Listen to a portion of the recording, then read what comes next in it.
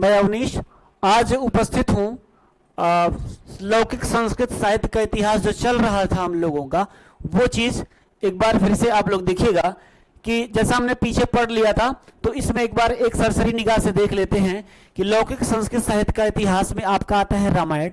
रामायण किसने लिखा था, ये हमने आपको बताया था कि जल्दी जल्दी इसको देख लेते हैं। ये वाल्मीकि ने लिखा था और वाल्मीकि को आदि कवि के नाम से जाना जाता है, आदि कवि के नाम से जाना जाता है। रामायण आपका हो गया। इसके बाद रामायण में आपका आपसे जो है पूछ लिया, रामायण में आपसे पूछ लिया था रस कौन सा है, तो रामायण में आप जो है वो कर दीजिएगा आप यहाँ पे करुण रस। ये चीज आप जान गए थे। इसके बाद आपसे मान लीजिए पूछ लिया छंद कौन सा है इसमें, तो आप जानते रहे इसमें अनुष्टुप छंद है, अनुष्टुप छंद है। ठीक, रामायण वाल्मीकि ने लिखा, रस करुण रस, छंद अनुष्टुप, इतनी बात हुई। और इसमें यदि आपसे कभी पूछ लिया कि रामायण कैसा काव्य है, तो जब वाल्मीकि ने लिखा तो ये आप जानते रहिए आदि काव्य है।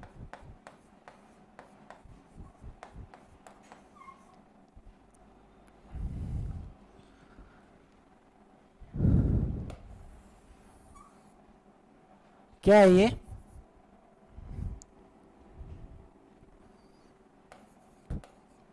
आदि काव्य, क्योंकि आदि कवि इनको कहा जाता है, इन्हीं के द्वारा लिया गया, इसलिए रामायण को आदि काव्य के नाम से जाना जाता है। और रस इसमें करुण है, छंद इसमें अनुष्टुप छंद है, और यह कांडों में विभक्त है। किसमें विभक्त है? कांडों में।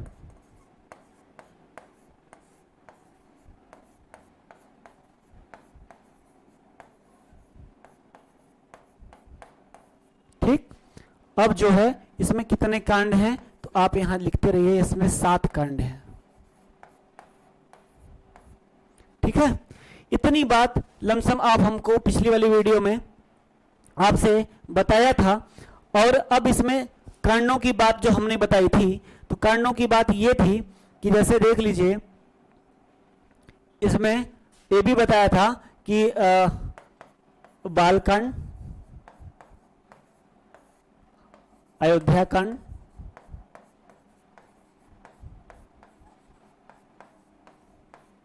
अरण्यकांड,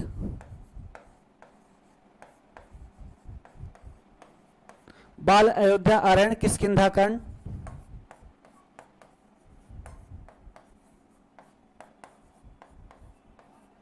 अरण्यकांड, किष्किंधा कांड, सुंदरकांड, बाल अयोध्या अरण्य की, इसके बाद सुंदरकांड, अरण्य की सुंदर, इसके बाद आपका लंका कांड, इसके बाद आपका है उत्तरकांड।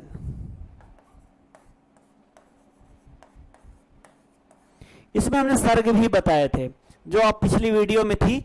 बालकांड में आपका जो था वो था 77, अयोध्या कांड में 119, अरण्य कांड में जो है 75, किष्किंधा कांड में 67, सुंदरकांड में 68, और लंका कांड में, जिसको युद्ध कांड के नाम से भी जाना जाता है। किस तरह? युद्ध कांड के नाम से, युद्ध कांड के नाम से भी जाना जाता है लंका कांड, जिसमें आपका है 128 सर्ग, और आपका सबसे उत्तर कांड जिसमें आपका है 111 सर्ग।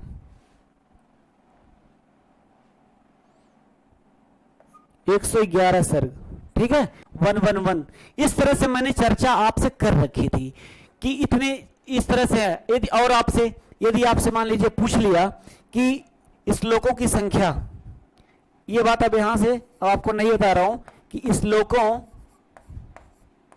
श्लोकों की संख्या,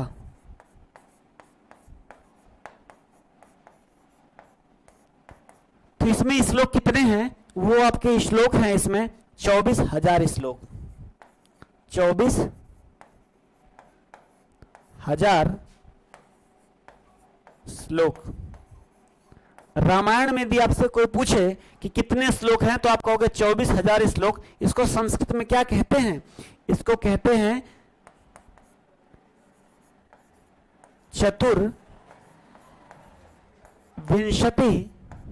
चतुर्विंशति सहस्री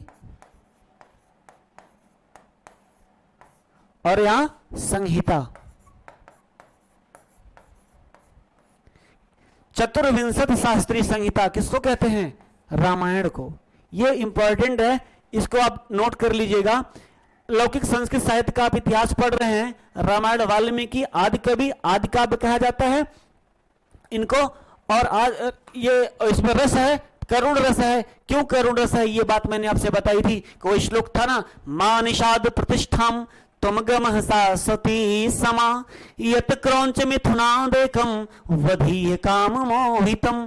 तो इस तरह से वो क्रौंच पक्षी के जोड़े को जब उन्होंने वहलिया ने मारा था तो ये वाल्मीकि के मुख से ये ऐसा श्लोक निकला। इसलिए करुण रस में तो भगवान राम का जो वृत्तांत है वो सारा रामायण किस रस में है? करुण रस है। उसका एक तरह से वहां से भी लिया गया और उनके वाकई में उनके जीवन में करुण है, उनके शोक की भावनाएं हैं। क्योंकि बहुत सारा जीवन ऐसा था उनका कि घर से निकलना, जंगल में रहना, भाई का मूर्छित होना, पत्नी का हरण होना, फिर पुनः वापस पत्नी का आना, फिर से धरती में समा जाना। इस तरह से जितनी भी बहुत सारी ऐसी घटनाएं थी जो करुण की थी, शोक की थी, तो करुण रस इसमें हुआ, जिसका स्थायी भाव शोक रस है।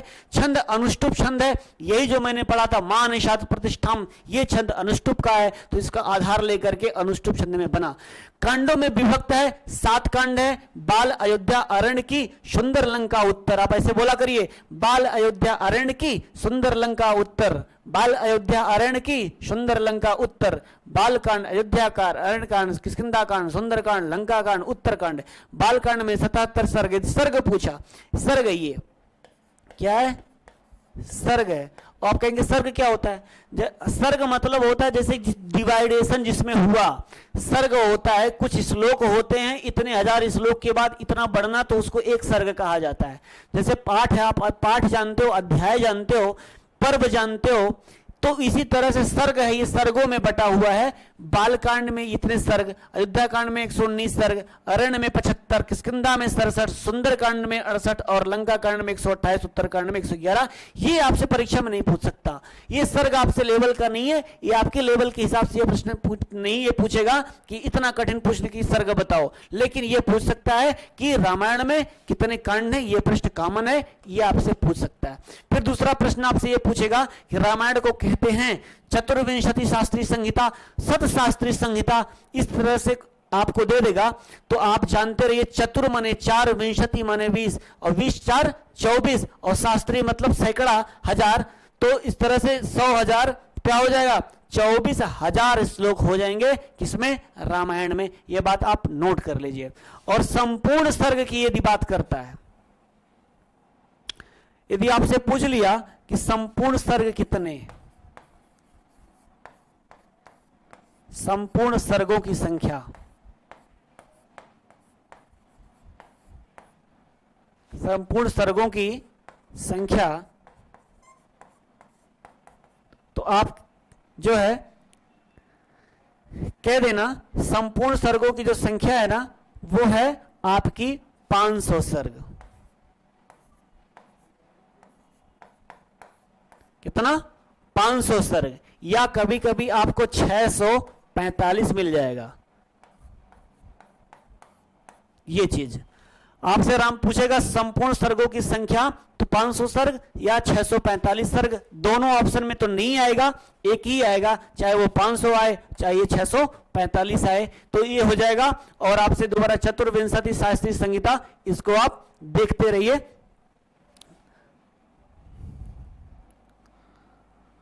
अब इतनी बात आप स्क्रीनशॉट ले लीजिए, नोट कर लीजिए, आगे बढ़ते हैं। जैसा अब ये हमारा रामायण का समाप्त होता है तो आप बात आती है महाभारत पे। लौकिक साहित्य का इतिहास ही चलेगा, लौकिक संस्कृत साहित्य का इतिहास ही चलेगा इसमें। उसी में हेडिंग डाल लीजिए आप महाभारत।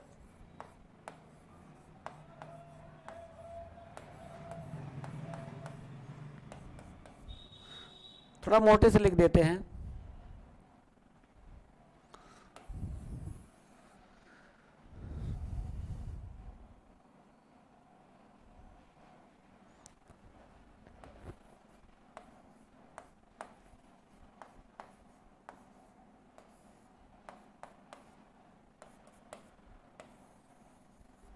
महाभारत, इसको आप देख लीजिए, महाभारत के लेखक, महाभारत के, इसमें ऐसे पॉइंटर बना के लिखिएगा।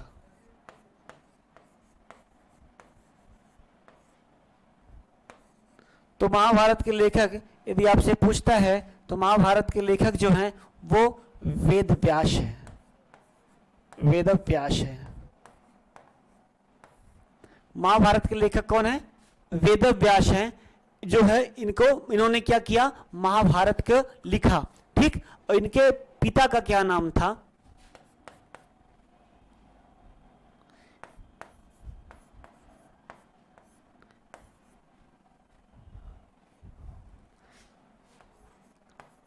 पराशर ऋषि।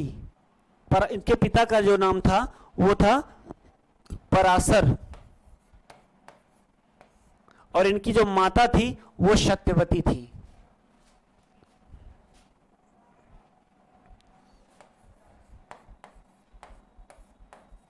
माता जो थी इनकी वो क्या थी?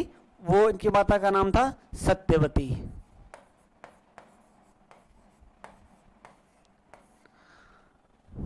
इसके लेखक वेदव्यास, वेदव्यास के पिता का नाम पराशर और उनकी माता सत्यवती थी। अब देखिए वेदव्यास इनको क्यों कहा जाता है? वेदव्यास इसलिए कहा जाता है कि 4 वेद है ना, ऋग्वेद, यजुर्वेद, सामवेद और अथर्ववेद, 4 वेद हैं। उन्हीं वेदों को इन्होंने विभाजन किया, बंटवारा किया, अलग किया। वेदों को विभाजन करने के कारण इन्होंने व्यास मतलब इसका विस्तार किया था, इसलिए वेद का व्यास हुआ। किसने किया? वेदव्यास ने। इनका नाम पड़ गया वेदव्यास। पराशर ऋषि के पुत्र और माता सत्यवती से संतान पैदा हुई वेदव्यास, जिनका नाम पड़ा क्योंकि इनका जो है वेदों का विभाजन किया। इनको कृष्ण द्वैपायन के नाम से भी जाना जाता है।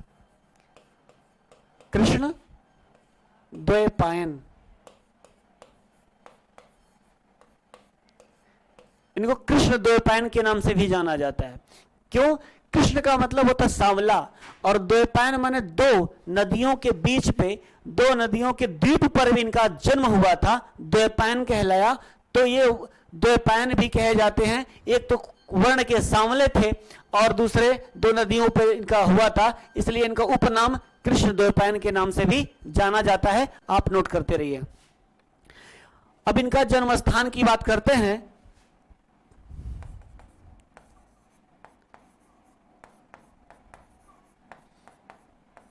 इनका जन्म स्थान जो था वो उत्तरापथ हिमालय। कहां? उत्तरापथ हिमालय।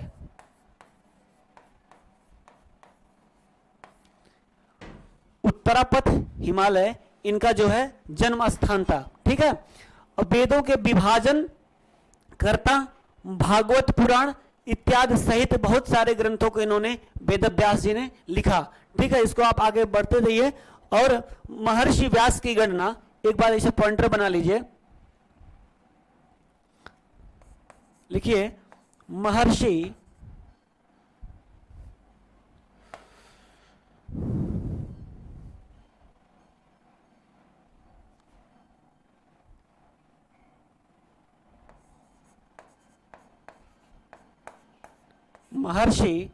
व्यास की गणना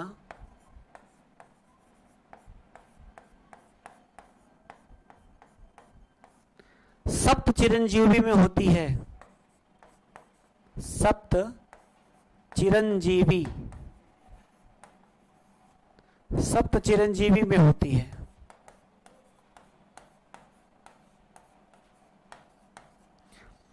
महर्षि व्यास की गणना किसमें होती है? सप्त चिरंजीवी। सप्त का मतलब क्या होता है? 7। 1 2 3 4 5 6 सप्त ना, तो सप्त माने 7 और सप्त माने 7 और चिरंजीवी, चिर माने क्या होता है? चिरम मतलब लंबे काल तक, लंबे काल तक, और जीवी माने जो जीता हो, जो लंबे तक आदमी कहता है ना कि आयुष्य चिरंजीवी भव। कोई आप अपने घर में बुजुर्गों का पैर छूते होंगे तो आप कहते होंगे ना, प्रणाम करते होंगे तो कहते होंगे कि चिरंजीवी भव, मतलब आप दीर्घकालिक हो, आपकी आयु दीर्घ काल तक हो। तो चिरंजीवी, 7 चिरंजीवी ऐसे कौन कौन है? महर्षि व्यास तो हैं ही, आप जानते हैं क्योंकि इनकी गणना हो रही है। तो सप्त और कौन कौन से थे? तो अश्वस्थामा बलिर्व्यासो हनुमांश्च विभीषण और कृपा परशुरामश्च सप्तैत परिजीविनः। आपने देखा कि अश्वस्थामा, वली और व्यास, अश्वस्थामा, वली और व्यास और हनुमान, विभीषण, कृपाचार्य और परशुराम, ये 7 लोग जो हैं क्या हैं? चिरंजीवी में हैं। अश्वस्थामा बलिर्व्यासो हनुमांश्च विभीषणः कृपः परशुरामश्च सप्तैत परिजीविनः। तो इस प्रकार से ये जो 7 पर चिरंजीवी है ना, महर्षि व्यास की गणना इनकी सप्त चिरंजीवी में होती है। यह बात आप नोट कर लीजिए। और एक बात और नोट करिए, यहां पे लिखिएगा, महाभारत को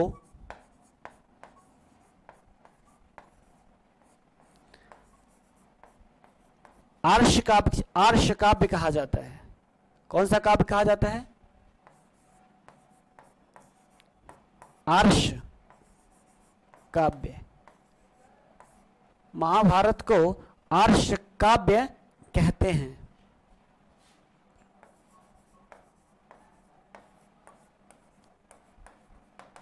महाभारत को आर्ष काव्य, आर्ष काव्य में ऋषियों मुनियों के द्वारा लिखा हुआ काव्य है यार, इसलिए इसको आर्ष काव्य के नाम से जाना जाता है। आप इसको स्क्रीनशॉट ले लीजिए। आप आगे चलते हैं, आगे पढ़ते हैं इसमें।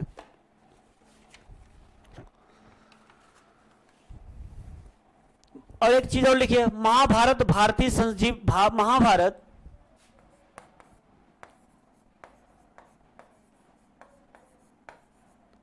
महाभारत जीवित भारतीय संस्कृति का,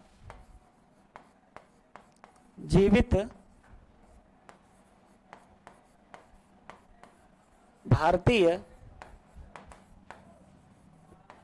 संस्कृति का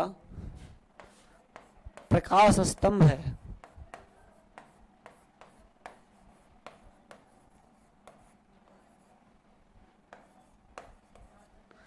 महाभारत जीवित भारतीय संस्कृति का क्या है?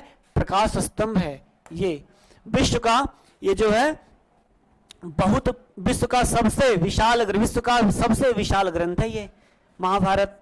विश्व का सबसे विशाल ग्रंथ।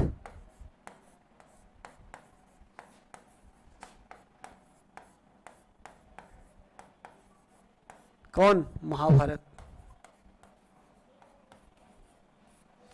विश्व का सबसे विशाल ग्रंथ। क्यों भैया विशाल ग्रंथ है? क्योंकि हमें श्लोकों की संख्या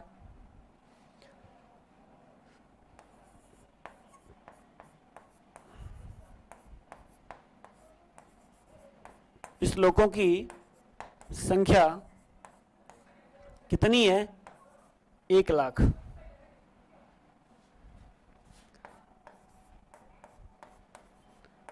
एक लाख है। इसको क्या कहते हैं? इसको कहते हैं शत शास्त्री संहिता। शत सहस्री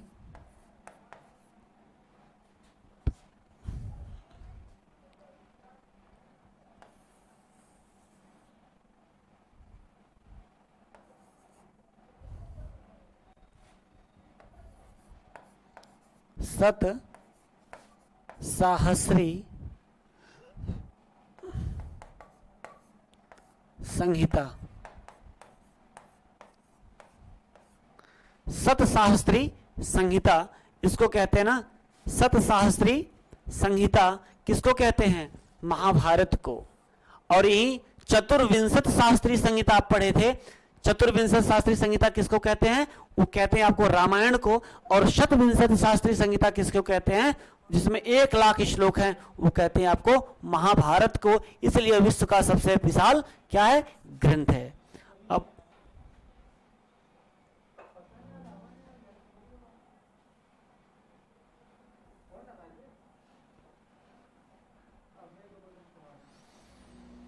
इसको आप लिख लिए होंगे या स्क्रीनशॉट ले लिए होंगे। तो ये बात अब आप यहां देखिए, इसको थोड़ा ऊपर बढ़ाते हैं।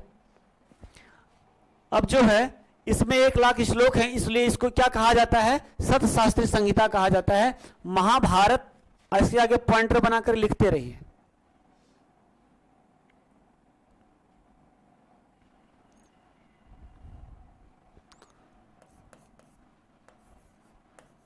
महाभारत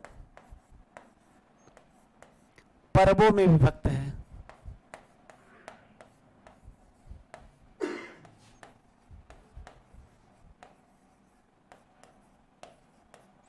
महाभारत पर्वों में विभक्त है। कितने पर्व हैं इसमें? 18 पर्व। कितने पर्व हैं? 18 पर्व हैं। महाभारत कितने पर्वों में विभक्त है? 18 पर्वों में। 18 दिन तक युद्ध चला था।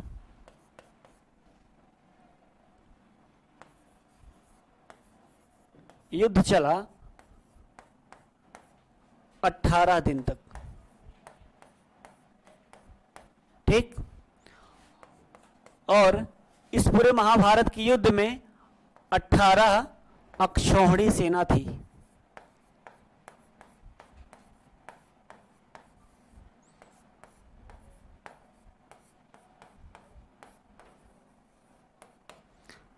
युद्ध चला 18 दिन, 18 अक्षौहिणी सेना थी इसमें, और 7 जिसमें 11 अक्षौहिणी सेना थी कौरवों की,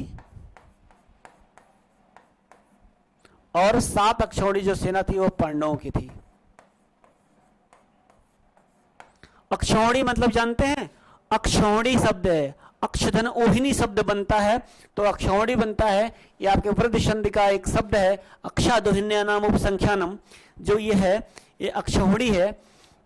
तो ऐसा चल रहा था, मतलब 18 अक्षौहिणी सेना थी जिसमें 11 कौरवों की और 7 पांडवों की, ठीक। अब इसके आगे लिखिएगा कि जो है युधिष्ठिर, अब इस जो है यहां देखिए, यहां लिखिए, इस महाकाव्य के नायक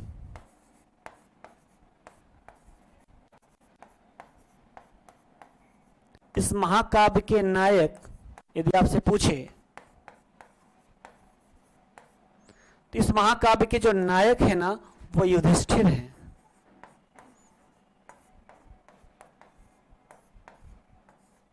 कौन है?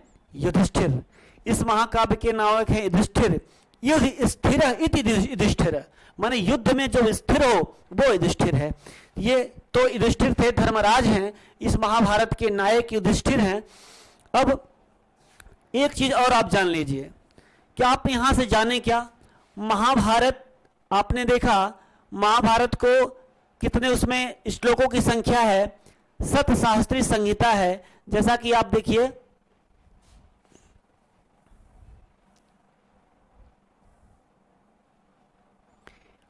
आपने यहां देखा महाभारत, तो महाभारत में लिखा किसने? वेदव्यास ने। वेदव्यास का क्या और नाम है?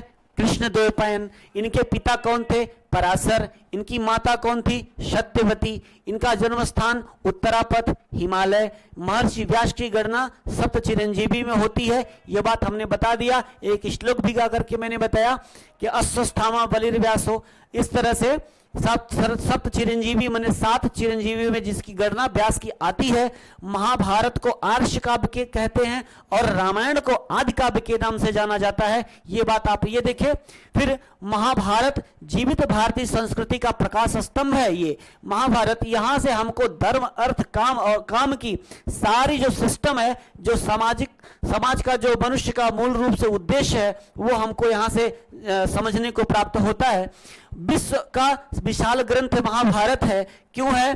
क्योंकि इसमें ये श्लोकों की संख्या बहुत ज्यादा है, जो 1,00,000 है, जिसको संस्कृत में यदि आपकी परीक्षा में पूछेगा कि श्लोकों की संख्या, सत शास्त्री संहिता किसको कहते हैं, किस महाकाव्य को कहते हैं, इस प्रकार का यदि आपसे प्रश्न पूछे तो आप मारना महाभारत। यदि आपसे पूछे कि चतुर्विंशत शास्त्री संहिता 24,000 श्लोकों वाला ऐसा कौन सा काव्य है, तो आप कहोगे रामायण है। ये गलत मत करना, इसको आप जानते रहो। अब दूसरी बात, महाभारत पर्वों में विभक्त है। पर्व में डिवाइडेशन है किसका? महाभारत का। अब देखिए, महाभारत पर्वों में विभक्त है। कितने पर्व हैं? आपसे बताया 18 पर्व हैं। युद्ध कितने दिन चला? 18 दिन। तो मेन ये चीज जो है जानना था। और 18 अक्षौहिणी सेना थी। और इस पूरे महाकाव्य में आप जो पढ़ रहे हैं ना, इसके नायक कौन है? इस महाकाव्य के नायक हैं कौन? युधिष्ठिर। 11 अक्षौहिणी कौरवों की थी, 7 पांडवों की थी। और एक इंपॉर्टेंट और बात बताने जा रहा हूं कि इसमें रस कौन सा है। लिख लीजिए, महाभारत में रस कौन सा है?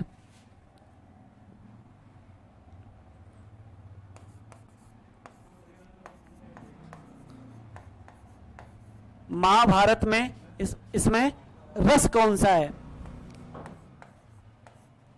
तो पता है, इसमें जो महाभारत में रस है वो शांत रस है। गलत मत करना कभी, इसलिए गलत मत करना क्योंकि युद्ध चल रहा है। आपके दिमाग में आएगा कि युद्ध की बात चल रही है ये, तो इसमें हो सकता है क्रोध हो, है ना, उत्साह, इस तरह से आपको देखेगा, रौद्र देख सकता है।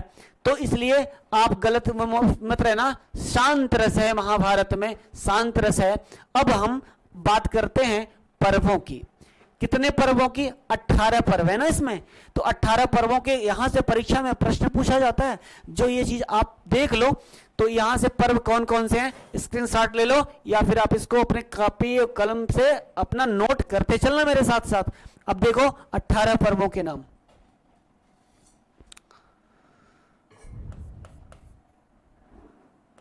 ऐसे लिखो, महाभारत के 18 पर्वों के नाम।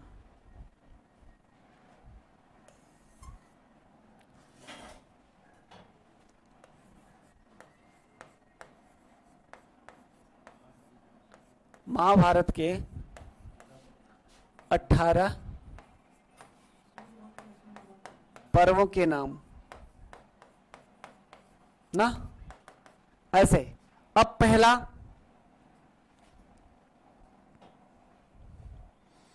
पर्व देख लीजिए, महाभारत के पर्वों के नाम। तो यहां से पहला पर्व आदि, आदि पर्व,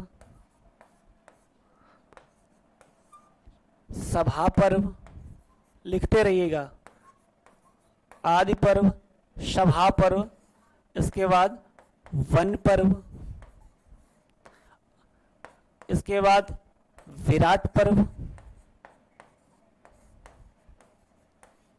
आदि सभा वन विराट, इसके बाद उद्योग पर्व,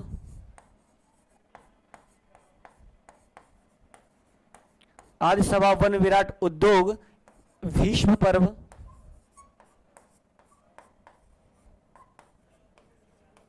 आदि सभा वन विराट उद्योग भीष्म, इसके बाद द्रोण पर्व, आदि सभा वन विराट उद्योग भीष्म द्रोण, इसके बाद आपका कर्ण पर्व,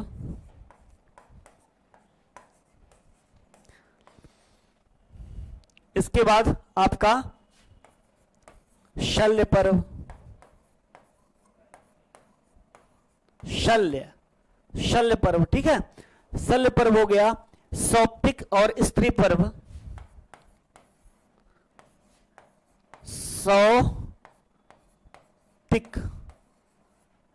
सौप्तिक पर्व,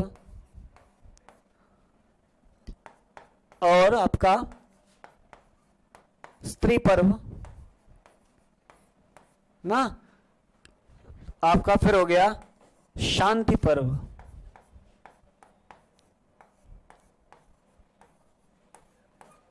ठीक है, शांति पर्व हो गया।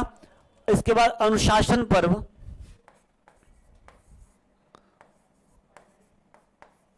अनुशासन पर्व, इसके बाद आश्वमेधिक पर्व, आश्वमेधिक पर्व, ठीक है। आश्वमेधिक पर्व हो गया आपका। इसका आश्रमवासिक,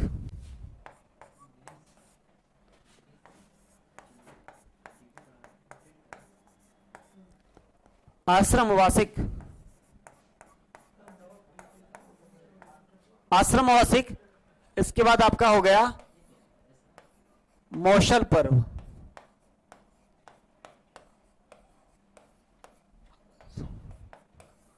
मौसल पर्व, इसके बाद आपका हो गया महाप्रस्थानिक और स्वर्गारोहण।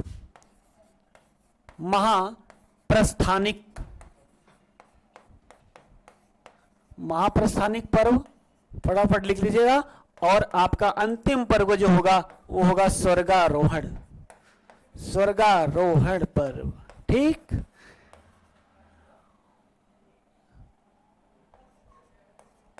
इतना पर्व है महाभारत में, 18 पर्व है ये। आदि सभा, वन विराट, उद्योग, भीष्म, द्रोण, कर्ण, 16 सप्तक, स्त्री, शांति, अनुशासन, आश्वेधिक, आश्रमवासिक, मौसल पर्व, महाप्रस्थानिक, स्वर्गारोहण। इतनी महाभारत के 18 पर्वों के नाम। 2 मिनट लगेगा, आप इस चीज को समझ जाओ। मैं बता रहा हूं किस पर्व में किस बात की घटना है। आदि पर्व जो है, इसमें आप आदि पर्व की जो घटना ना, ये शाकुंतलोपाख्यान, आप जानते हैं महाकवि कालिदास को। महाकवि कालिदास ने क्या किया था, जो अपना अभिज्ञान शाकुंतलम लिखा था ना, उसका ये उपजीव्य माना आदि पर्व को। इसके बाद उसमें ये घटना है जो शकुंतला की विदाई की इत्यादि की बात होती है, राजा दुष्यंत की चर्चा, शकुंतला की चर्चा जो होती है, जो कर्ण उनको पालते हैं, ये सारी घटना आपको आदि पर्व से प्राप्त होती है। सभा पर्व की बात, शिशुपाल का वध, जब भगवान कृष्ण ने शिशुपाल का वध किया था सभा में, तो उन्होंने कहा था ना कि जो शिशुपाल था, शिशुपाल अजीब तरह से आकृति का हुआ पैदा हो गया था, उसके कई आंख थे, कई नेत्र थे, कई सारे पैर हो गए थे। तो उनके माँ बाप ने सोचा कि मेरा ऐसा पुत्र पैदा हुआ है तो मैं कैसे मैं जिंदा रह सकती हूं। उनको बड़ा दुख था। आकाशवाणी हुई कि आप परेशान न होइए, एक ऐसा कोई व्यक्ति आएगा जो आपको, आपके पुत्र को अपनी गोद में बैठाएगा, तो वो आपका जो विकार है ना, जो आपके शरीर के पुत्र के विकार, वो सारे चले जाएंगे। लेकिन ये भी आकाशवाणी साथ साथ हुई थी कि जिसने आपके जो अपने गोद में बैठाएगा उसी के हाथों इसकी मृत्यु होगी। तो जब भगवान श्री कृष्ण ने इसको अपने पैर में बैठाया था शिशुपाल को, तो शिशुपाल की आंख, हाथ, नाक, सारी चीजें व्यवस्थित हो गई, वो अच्छा हो गया, एक नॉर्मल जैसा इंसान होता उस टाइप का हो गया। लेकिन इनको माँ बाप को बड़ी चिंता थी कि यही कृष्ण भगवान मार देंगे मेरे बच्चे को। तो उन्होंने कहा कि आप चिंता ना करिए, मैं आपसे वचन देता हूं कि इसके 100 अपराध को मैं माफ करूंगा। 100 अपराध के बाद इसको मैं मारूंगा। ये 100 अपराध जिंदगी में अगर ना करे तो इसकी मृत्यु नहीं होगी। लेकिन शिशुपाल माना नहीं था, उसने भगवान श्री कृष्ण को लगातार गालियां देता रहा, और सभा में उसने 98, 99, 100 इस तरह कह करके दिया। तो फिर उन्होंने अपना सुदर्शन निकाला और इससे मारा। इस सभा पर उसे घटना शिशुपाल वध की जो उन्होंने लिखा था माघ। वन पर्व में किरातार्जुनीयम ग्रंथ है, उसकी चर्चा है। किरातार्जुनीयम के बारे में इन्होंने लिखा था, जिसमें अर्जुन जिसको पाशुपत प्राप्त होता है, वह किरातार्जुनीयम है 12वीं का। बात आती है विराट पर्व, जिसमें भगवान अर्जुन को युद्ध के समय अपना साक्षात दर्शन दिखाए थे, जो बड़ा रूप दिखाया था उन्होंने, तो वो विराट का रूप दिखाया था। उद्योग पर, इसमें भगवान श्री कृष्ण को दूत बना के भेजा जाता है। भीष्म पर्व देखिए, ये भीष्म पर्व है जिसमें भीष्म सेनापति थे और इनके सेनापति में 10 दिन तक युद्ध लड़ा था महाभारत का। भीष्म, द्रोणाचार्य, ये इनके जब ये सेनापति बने तो 5 दिन चला, तो 10, 5, 15 दिन हो गया। और कर्ण जब आया तो कर्ण 2 दिन चला, इसके में 2 दिन युद्ध चला था कर्ण में। तो 15, 10, 5, 15, 2, 17 और 1 दिन सेनापति रहा शैल्य। एक दिन सेनापति रहा ये शैल्य। तो इस तरह से ये हो गया। अब इन लोगों का पर्व में लड़ाई चली। शौप्तिक पर्व क्यों हुआ? क्योंकि शौप्तिक इसलिए शब्द है सोते हुए। तो द्रौपदी के जितने सारे पुत्र थे और जो पुत्र सोए हुए थे, कौरवों की सेना रात में आक्रमण कर दिया इस पे, जरासंध इन लोगों पे। तो ये शौप्तिक पर्व क्या हो गया? ये सोते हुए पुत्रों को द्रौपदी के मार डालना, मर गए, इसलिए उसका नाम शौप्तिक पड़ा। अब बात आती है स्त्री पर्व की। स्त्री पर्व की इसलिए आती, इसमें जितना भी मृत्यु हुई, जो भी कुछ घटनाएं घटी, उसमें स्त्रियों ने विलाप करना शुरू किया, इस विलाप करना शुरू किया। और एक बात और इसमें बहुत आती है कि इसमें, इस पर्व में कर्ण को आप जानते हैं ना, कर्ण कौरवों की तरफ था, लेकिन वह था पांडुपुत्र। वो पांडवों का, अर्जुन का भाई था, युधिष्ठिर का भाई था कर्ण। लेकिन यह बात युधिष्ठिर को या पांडवों को नहीं पता थी, यह बात उनके सिर्फ माता को पता थी। तो माता ने यह बात बताई नहीं, और जब कर्ण का वध हो गया, यह बात बताई तो युधिष्ठिर को बड़ा दुख हुआ, करे इस युद्ध में मेरा भाई मारा गया।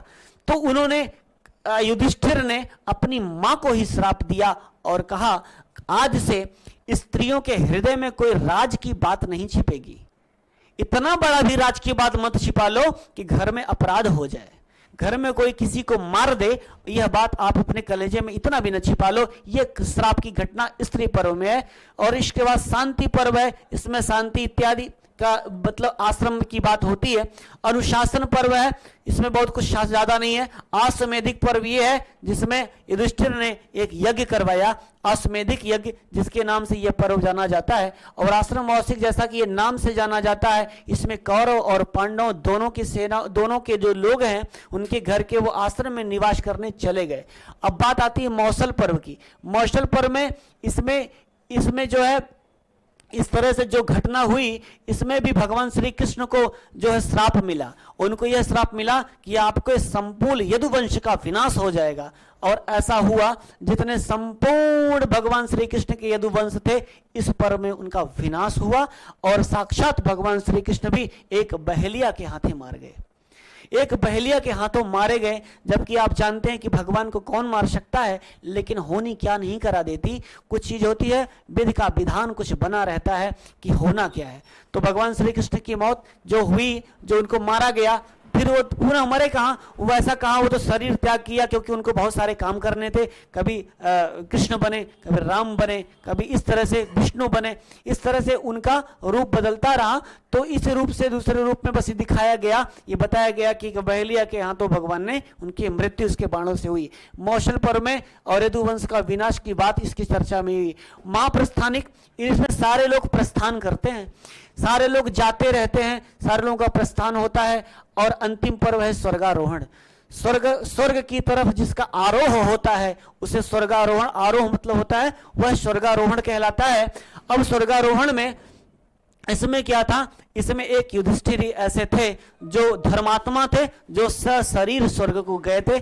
ऐसी घटना, ऐसा कहा जाता है कि सशरीर वो गए थे वहां पर। वहां से जब पुनः नरक में आए तो अपने भाइयों, अपने पत्नी, अपने सारे लोगों की दुर्दशा को उसने देखा कि वो ये लोग कैसे नरक में गिर रहे हैं, उनके शरीर की क्या दशा है। इस तरह से वो साक्षात जो है युधिष्ठिर ने देखा कि युधिष्ठिर धर्मराज थे, और धर्मराज थे, इसकी वजह से वो बहुत कुछ चीजों को जो देखा समझा, उसको इस तरह से। तो कहना कहा यह जाता है कि युधिष्ठिर एक ऐसे नायक थे महाभारत के, जो सशरीर गए थे और उतर करके फिर यहाँ पे नरक में देखा अपने भाइयों की बात। तो ये महाभारत के 18 पर्वों के नाम है। आदि सभा, वन विराट, उद्योग, भीष्म, द्रोणकर्ण, शौल, सप्तक, स्त्री, शांति, अनुशासन, अश्वमेधिक, आश्रमौशिक और मौसल पर महाप्रस्थानिक, स्वर्गारोहण। आपसे परीक्षा में यह प्रश्न नहीं पूछा जाएगा, यहां से यह बात नहीं पूछी जाएगी। आपसे पूछा क्या जाएगा कि महाभारत में कितने पर्व हैं, महाभारत में कितने पर्व यह पूछा जाएगा।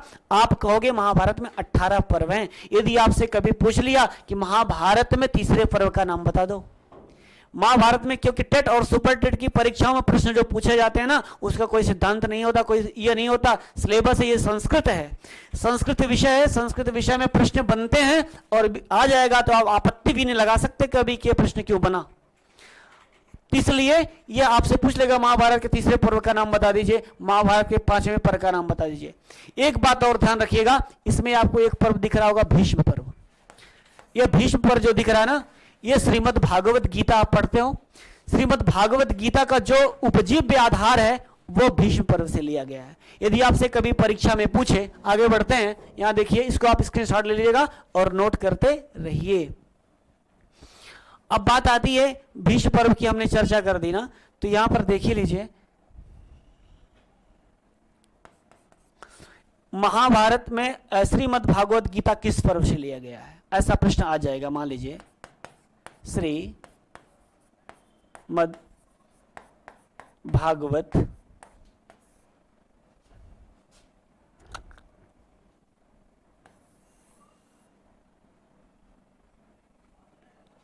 श्रीमद् भागवत गीता,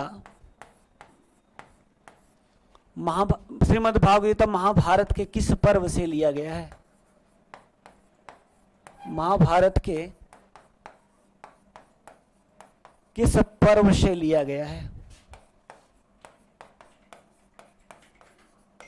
ठीक, तो आप कह देना, इसका उत्तर हो जाएगा, आपका हो जाएगा भीष्म पर्व। क्या हो जाएगा, सॉरी,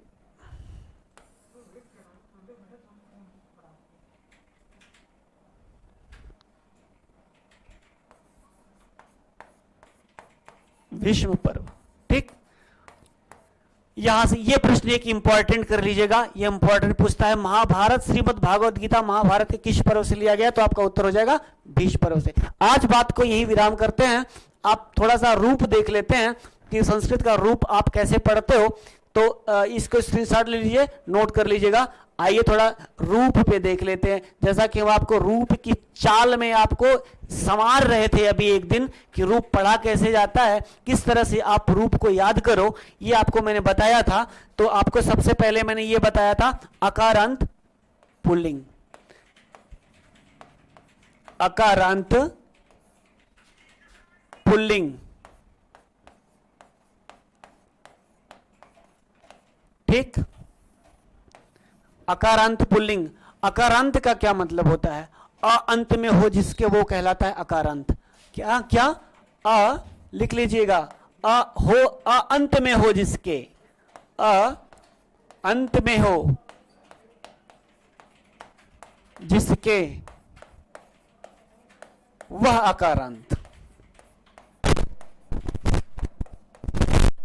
ठीक, आ अंत में हो जिसके वह अकारांत है। तो आ किसके अंत में है? जैसे हम उठा लेते हैं रूप राम का ले लो, एक बार मैंने बताया था, एक बार और आप देख लीजिए, फिर अगले रूप चलता रहेगा। जैसे मैंने रूप देख लिया राम, रूप चला राम, रामम, रामेण, रामाय, रामात, रामस्य, रामे, हे राम ना। अब बहुवचन में आपको क्या लिखना, पहले बहुवचन लिख लीजिए, रामाह, रामान, रामई, रामेभ्यः, रामाह, रामान, रामई, रामेभ्यः, फिर रामेभ्यः, रामाणाम, रामेषु, रामाह, ऐसा करके रामाह कर लीजिएगा। बहुवचन में आपको दो वचन में क्या लिखना? दो वचन में हो जाएगा आपका रामौ, रामौ, आपका हो जाएगा रामाभ्याम, रामाभ्याम, रामाभ्याम दो बार, रामाभ्याम तीन बार, इसके बाद आपका हो जाएगा रामयोह, रामयोह, फिर रामयोह, फिर हे राम, हे रामौ। देख लीजिए कितना आसान है स्टाइल रूप लिखने का। लोग रूप याद करते हैं, हाय राम हाय बप्पा करने लगते हैं, चिल्लाने लगते हैं, रूप मुझे नहीं याद हो रहा है। इस तरह से देखिए, राम है, रामम, रामेण, रामाय, इसको आपने लिख लिया। द्विवचन में बार बार दो बार रामौ रामौ रहेगा, इसके बाद तीन बार रामाभ्याम रामाभ्याम रामाभ्याम रहेगा, इसके बाद रामयोह रामयोह रहेगा। इधर बहुवचन ज्यादातर आपसे ये। अब देख लीजिए, यदि आप इसको गाते हैं, पढ़ते हैं, कैसे गा सकते हैं? तो अगर मान लीजिए किसी भी तर्ज में जैसे गाइए, रामः रामम, रामेण, रामाय, रामात्, रामस्य, रामे, राम, रामः रामम, रामेण, रामाय, रामात्, रामस्य, रामे, राम। प्रथमा, द्वितीया, तृतीया, चतुर्थी, पंचमी, षष्ठी, सप्तमी, संबोधन।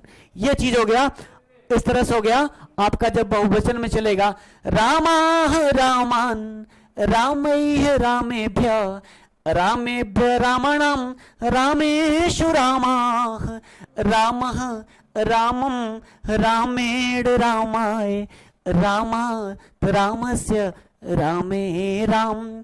बालकः, बालकम, बालकेन, बालकाय, उसी तरह से रूप चलेगा। बालकात्, बालकस्य, बालके, बालक, बालकाः, बालकान्, बालकैः, बालकेभ्यः, बालकेभ्य, बालकानां, बालकेषु, बालकाः। इधर रूप चला दीजिए छात्र का। छात्रः, छात्रम, छात्रेण, छात्राय, छात्रात्, छात्रस्य, छात्रे छात्र, इधर चला दीजिए छात्राः छात्रान्, छात्रैः छात्रेभ्यः, छात्रेभ्यः छात्राणां, छात्रेषु छात्राः। फिर आ जाइए रामः रामं, रामेण रामाय, रामात् रामस्य, रामे राम। तो ये रूप पढ़ने का स्टाइल है। जैसा कि आप रामः रामो रामा जानते हैं, ये वैदिक परंपरा है, ये गुरुकुल की परंपरा है, इस तरह से रूप पढ़ा जाता है। यदि आपको ऐसे याद है ठीक है, लेकिन यदि इस प्रकार से जैसे मैं गा रहा हूं इस तरह से यदि आप रूप को गाओगे पढ़ोगे तो अकारांत का यदि राम है, म में अ है कि नहीं है, तो म में लास्ट में अ है ना, तो अ है अंत में जिसके वो अकारांत मिला। तो इस तरह से 1,00,000 रूप यदि आपको याद हो जाएगा यदि ये सिस्टम आप तो चले तो ठीक। अगले फिर कक्षा में मिलते हैं आपसे। नमः संस्कृताय।